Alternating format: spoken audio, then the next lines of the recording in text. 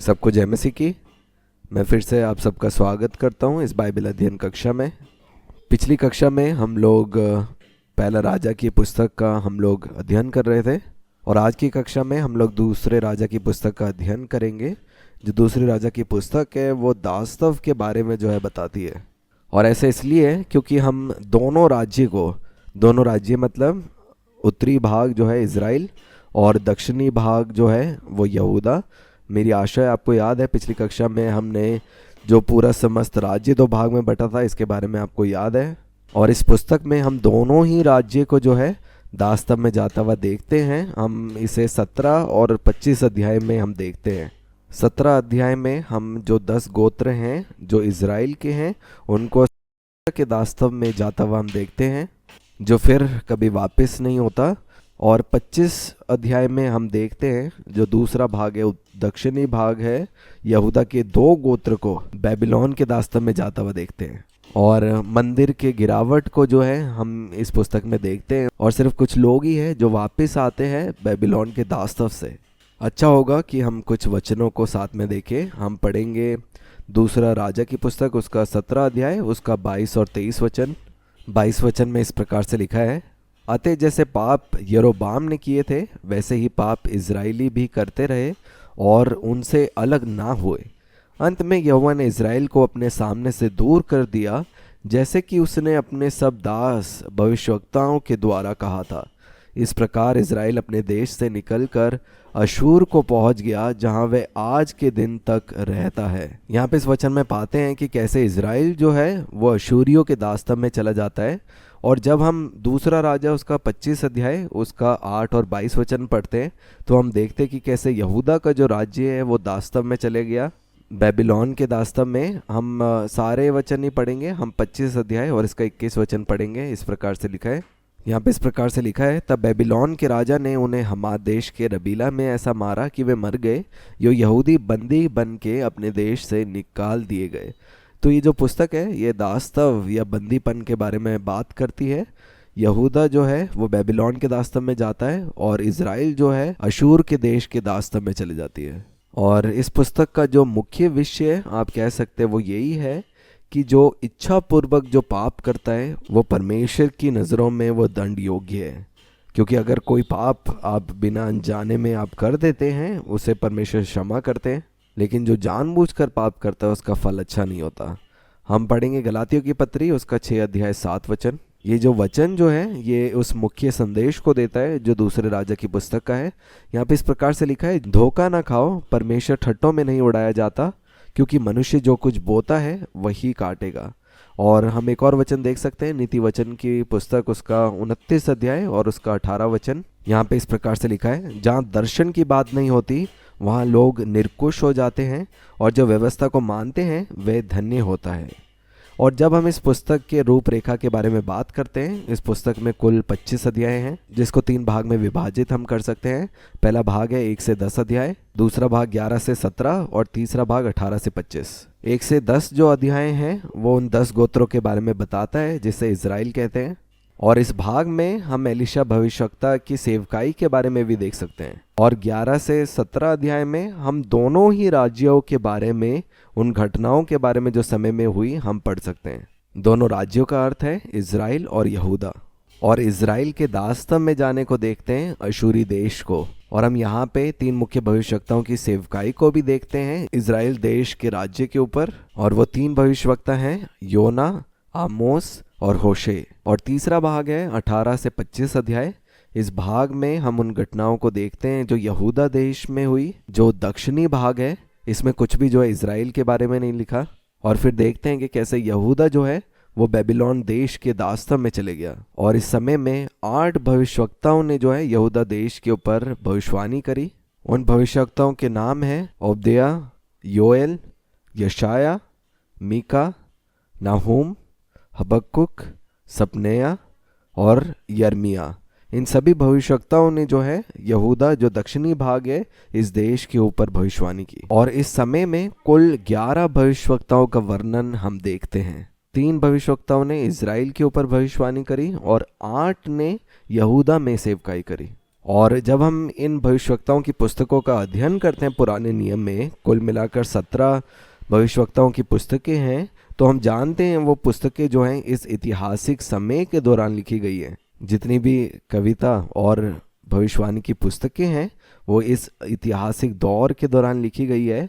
और ये अच्छा होगा अगर हम उन भविष्यवक्ताओं का वर्णन करें, क्योंकि अभी जो है हमने कुल 11 भविष्यवक्ताओं के नाम जो हैं वो देखे हैं, और जो बाकी भविष्यवक्ताओं के नाम हैं वो इस प्रकार से हैं: यज़केल, दानियेल, हगाई, जकरिया और मलाकी।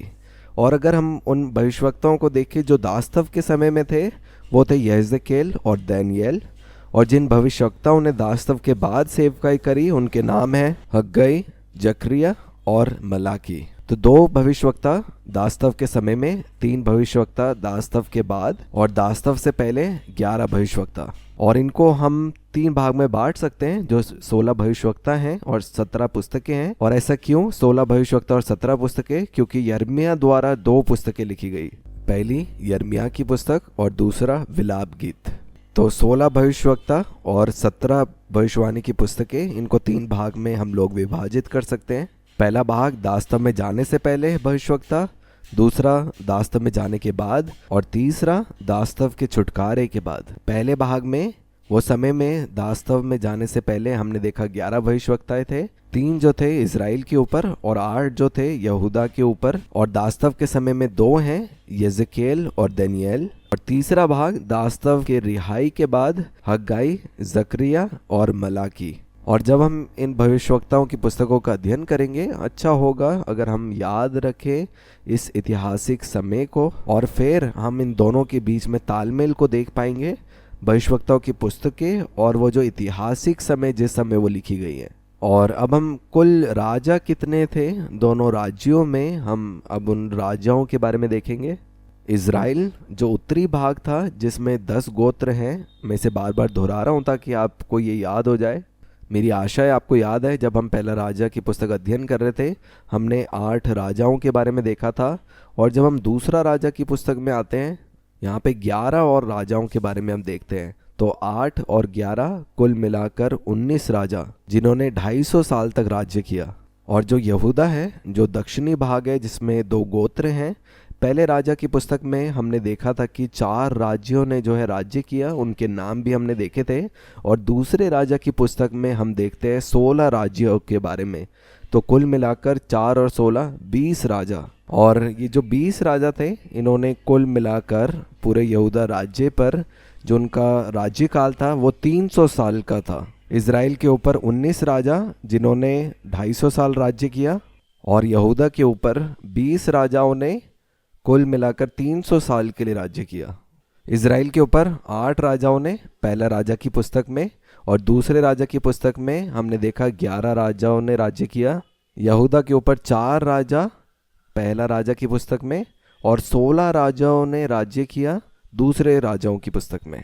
तो इज़राइल के ऊपर जो 19 राज्य थे वो 9 अलग अलग राज परिवार से आए, और जो यहूदा के ऊपर 20 राजा थे वो एक ही राज परिवार के वंश से आए, और वो दाऊद के परिवार से आए।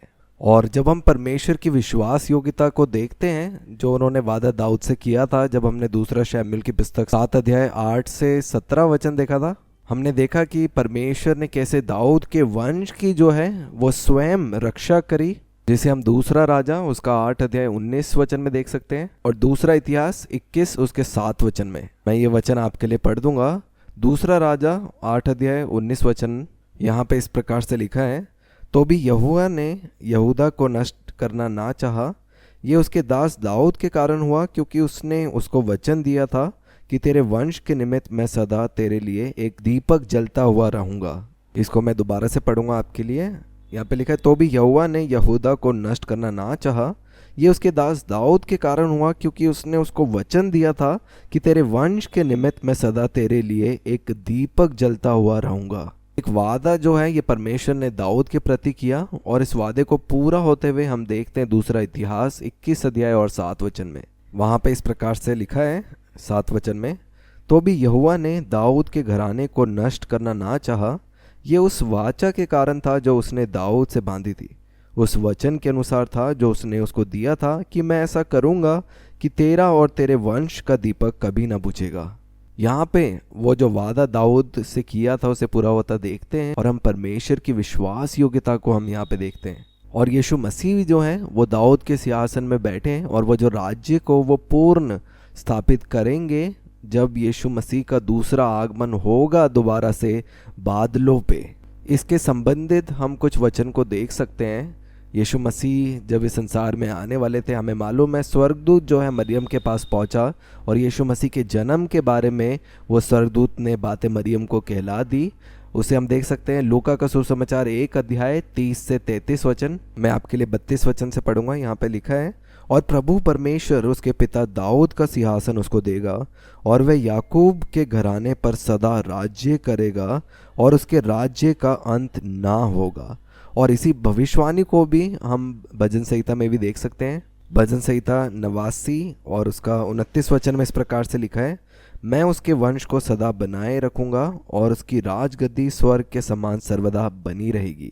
और 35 वचन से पढ़ेंगे। यहाँ पे लिखा है, एक बार मैं अपनी पवित्रता की शपथ खा चुका हूँ, मैं दाऊद को कभी धोखा ना दूंगा। उसका वंश सर्वदा रहेगा, और उसकी राजगद्दी सूर्य के समान मेरे सम्मुख ठहरी रहेगी। वह चंद्रमा के समान और आकाश मंडल के विश्वास योग्य साक्षी के समान सदा बना रहेगा। इसके विषय में पतरस ने भी कहा पेंतिकोस्त के दिन में। और हम देखते हैं वहाँ पे पतरस जो है यहूदी समाज को ये बातें कह रहा है। हम इस वचन को भी पढ़ेंगे, प्रेरितों के काम उसका 2 अध्याय 29 से 31 वचन देखेंगे। यहाँ पे इस प्रकार से लिखा है 29 वचन में, हे भाइयों, मैं कुलपति दाऊद के विषय में तुमसे साहस के साथ कह सकता हूँ कि वह तो मर गया और गाड़ा भी गया, और उसकी कब्र आज तक हमारे यहाँ विद्यमान है। वह भविष्यवक्ता था। वह जानता था कि परमेश्वर ने मुझसे शपथ खाई है कि मैं तेरे वंश से एक व्यक्ति को तेरे सिंहासन पर बिठाऊंगा। उसने होने वाली बात को पहले ही से देखकर मसीह के जी उठने के विषय में भविष्यवाणी की कि ना तो उसका प्राण अधोलोक में छोड़ा गया और ना उसकी देह सड़ने पाई। मेरा विश्वास है अब यह स्पष्ट है कि यीशु मसीह जो है वो दाऊद वंश से पैदा हुए, और जब यीशु मसीह का दूसरा आगमन होगा हम देखेंगे उस सिंहासन को दोबारा से स्थापित होते हुए। और जब हम दूसरा राजा की पुस्तक का और अधिक अध्ययन करते हैं तो हम देखने पाते हैं कि कैसे इस पुस्तक में स्वर्गीय कर्ण हैं और शारीरिक कर्ण के बारे में बताती है। शरीर के जो कर्ण या शरीर की बातें जो हैं हम राजाओं में देख पाते हैं, यहूदा और इजराइल के राजाओं में, और स्वर्गीय कर्ण भविष्यवक्ताओं में। असफलता जो है राजाओं और मनुष्य में देखने के लिए मिलती है, और स्वर्गीय जयवंता भविष्यवक्ताओं के जीवन में। और जो विजयी है आपको मालूम है शारीरिक नहीं है, वो स्वर्गीय है। और जब यीशु मसीह का दूसरा आगमन होगा और जब वो सिंहासन जो है इस पृथ्वी पे स्थापित करेंगे, वो भी शारीरिक कर्ण नहीं लेकिन वो स्वर्गीय कर्ण होगा। और इससे पहले हम अपने इस अध्ययन को जो हमने शुरू किया था दूसरा राजा की पुस्तक का, इससे पहले हम इस अध्ययन को समाप्त करें, मैं कुछ आत्मिक बातें जो हमने सीखी इस पुस्तक से मैं आपको बताना चाहता हूँ। कुछ महत्वपूर्ण बातें जो हम अपने साथ रख सकते हैं। जो राजाओं के नाम थे, जो घटनाएं थी, भविष्यवक्ताओं के नाम मैंने आपको बताए इस पुस्तक में से। पर जो आत्मिक बातें हैं हम अभी देखेंगे कि जो एलीशा की भविष्यवाणी की सेवकाई थी उसमें हम देखते हैं एलीशा के द्वारा किए गए चमत्कार, जो कुल 16 चमत्कार हैं। और जब एलिया के जीवन में देखते हैं जो चमत्कार किए थे एलिया ने, वो 8 चमत्कार थे। एलिया ने जो है 8 चमत्कार किए और एलीशा ने 16, और वो दुगना जो सामर्थ था एलीशा के ऊपर परमेश्वर की ओर से आया था। एलीशा की जो सेवकाई थी वो कर्म के अनुसार थी, जैसे एलिया की थी। उन्होंने बहुत से चिन्ह चमत्कार किए पर कुछ भी जो है लिखित रूप में नहीं लिखा, इसलिए उनको जो है कर्म के भविष्यवक्ता हम कह सकते हैं, ना कि लेखक रूप में। और हम दोनों भविष्यवक्ताओं की तुलना कर सकते हैं। एलिया जो था वो न्याय का भविष्यवक्ता था और एलीशा जो था वो अनुग्रह का भविष्यवक्ता। एलिया जो था व्यवस्था का भविष्यवक्ता था और एलीशा जो था वो प्रेम का भविष्यवक्ता था।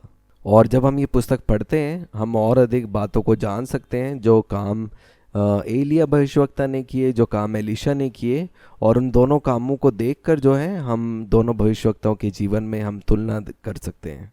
और जब हम दूसरा राजा की पुस्तक में कुछ मुख्य वाक्य देखते हैं, कुछ मुख्य वाक्य जो आप लिख सकते हैं, उनमें से जो एक है वो है परमेश्वर का जन। परमेश्वर का जो जन है वो हम 36 बार हम इस पुस्तक में पाते हैं, उसका वर्णन किया गया है। अन्य किसी भी पुस्तक से सबसे ज़्यादा इस पुस्तक में इस वाक्य का उपयोग किया गया है। जो वाक्य है मनुष्य का जन। कुछ वचन मैं आपको दूंगा, आप खुद से पढ़ सकते हैं बाद में। अध्याय 4 9 वचन, 5 अध्याय उसका 15 वचन और उसका 16 वचन, ऐसे अन्य वचन। इन वचनों में परमेश्वर का जन बार बार वर्णित किया गया है। एक और वाक्य जो हम बार बार देखते हैं वो है उसने परमेश्वर की दृष्टि में जो बुरा था उस काम को किया, और इस वाक्य को हम 26 बार पाते हैं।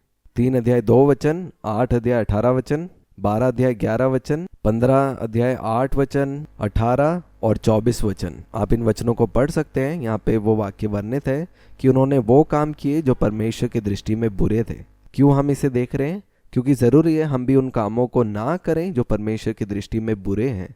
एक और वाक्य के जो है हम वर्णित देखते हैं, परमेश्वर का धन्यवाद हो, और इसके विपरीत हम देखते हैं कि उन्होंने वो काम किए जो परमेश्वर की दृष्टि में अच्छे थे। और यही वो काम है जो मेरे और आपके लिए हैं, जो परमेश्वर की दृष्टि में सही है। और इस वाक्य का उपयोग जो है 8 बारी किया गया है। 14 अध्याय 3 वचन, 15 अध्याय 3 वचन, 15 अध्याय 34 वचन, 18 अध्याय 3 वचन और 22 अध्याय 2 वचन। और यहाँ पे इन वचनों में लिखा है कि उन्होंने वो काम किए जो परमेश्वर की दृष्टि में सही थे। तो हम यहाँ पे देखते हैं 2 प्रकार के लोग हैं।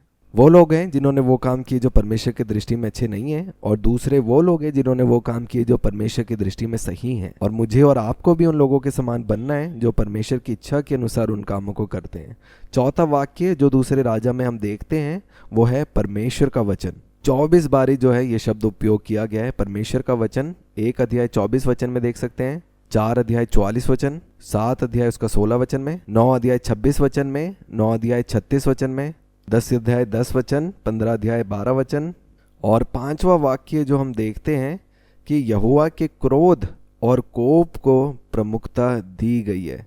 दूसरे राजा की पुस्तक में यहोवा के क्रोध और कोप को प्रमुखता दी गई है। मेरा विश्वास है कि आप इसके पीछे का कारण जानते हैं। लोगों ने उन कामों को किया जो परमेश्वर की दृष्टि में बुरे थे। 16 अध्याय 3 वचन, 17 अध्याय 18 वचन, 23 अध्याय उसका 6 वचन, 24 अध्याय उसका 20 वचन, 22 अध्याय 13 और 17 वचन। इन वचनों में हम परमेश्वर के क्रोध और कोप के बारे में देखते हैं। इन सब बातों को मद्देनजर रखते हुए जो प्रमुख बातें हैं जो हम दूसरी राजा की पुस्तक से सीख सकते हैं कि परमेश्वर का जो पवित्रताई का जो स्तर है उसे जो है गिराया गया था इजरायली लोगों के द्वारा। लोगों ने परमेश्वर की पवित्रता को, उनके नियम को, उनके विधियों को जो उनके द्वारा दी गई थी उनका उल्लंघन किया था। और इन बातों को सही करने के लिए परमेश्वर ने अपने जन को भेजा था। मैंने आपको बताया कि परमेश्वर का जन जो है इस पुस्तक में बहुत बारी लिखा गया है। कुल 36 बारी इस शब्द का वर्णन हम देखते हैं।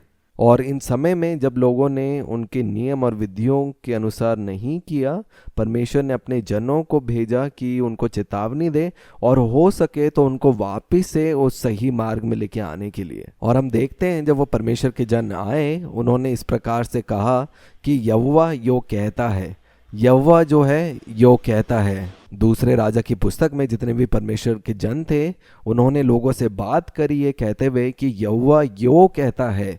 इस बात को कहते हैं, आप इस बात को सुने। और इन बातों को पूरा ना करने की असफलता के कारण परमेश्वर का क्रोध बढ़ा। हमने देखा परमेश्वर के क्रोध और कोप के बारे में, और वो आया इसीलिए क्योंकि लोग जो हैं इन बातों को जो परमेश्वर के जन के द्वारा कही गई थी उसे पूरा करने के लिए असफल रहे। और इसके तत्पश्चात हम देखते हैं कि वो लोग जो है अपने विरोधियों के दास्तव में चले गए, लेकिन परमेश्वर ने जो है अपने वादे को जो है बनाए रखा। और हमने देखा कि कैसे मनुष्य की योजना तो है असफल रहेगी, लेकिन परमेश्वर की जो योजना है वो हमेशा दृढ़ रहती है। और एक बात हमें ध्यान रखनी है, जैसे 1 अध्याय 17 वचन में भी लिखा है कि परमेश्वर के वचन के अनुसार जितनी भी चीज़ें हम पूरा होते हुए देखते हैं वो परमेश्वर के वचन के अनुसार है। और हम 10 अध्याय 10 वचन भी देख सकते हैं जहाँ पे लिखा है कि हर एक शब्द जो परमेश्वर ने कहा है वो खाली ना जाएगा, क्योंकि परमेश्वर हर एक उन कामों को पूरा करते हैं जो परमेश्वर ने कहा है। एक और चीज़ जो हम देख सकते हैं 17 अध्याय उसके 23 वचन में कि परमेश्वर ने अपने जनों के द्वारा, भविष्यवक्ताओं के द्वारा, जो राजाएं थे और जितने लोग थे प्रजा में, उन सभी लोगों को भविष्यवक्ताओं के द्वारा चेतावनी दी थी। इसलिए उनकी चेतावनी जो है गंभीरता से लेनी चाहिए। 27 अध्याय 2 वचन में देखते हैं कि परमेश्वर के वचन के अनुसार जितने भी परमेश्वर के जन आए, जितने भविष्यवक्ता थे, उन्होंने जब लोगों से बात करी वो इसी प्रकार से करी कि यहोवा यो कहता है, परमेश्वर जो है यो इस प्रकार कहते हैं। अब जो है हम अपना ये जो अध्ययन है दूसरे राजा का हम अंत कर सकते हैं इस वाक्य के साथ कि परमेश्वर का जो वादा जो है वचन पूरा होता हुआ देखते हैं पवित्र और अपवित्र लोगों में। चाहे आप पवित्र लोग हैं या अपवित्र लोग हैं, परमेश्वर का वचन जो है हमेशा पूरा होगा और इस बात में कोई भी संदेह या फिर दो राय नहीं है। इसलिए क्यों ना हम परमेश्वर की आवाज़ को जो भविष्यवक्ता के द्वारा कही गई है हम उसे सुने और उन आज्ञा और नियम के अनुसार चलें जो परमेश्वर ने अपने जन के द्वारा दी। मेरी आशा है आप सबने दूसरे राजा का अध्ययन को समझा है। आप इस पुस्तक को अध्ययन कर सकते हैं राजाओं के जीवन में और उन घटनाओं को और बेहतर रीति से समझने के लिए। धन्यवाद आप सभी का। परमेश्वर पिता आप सभी को आशीष दे।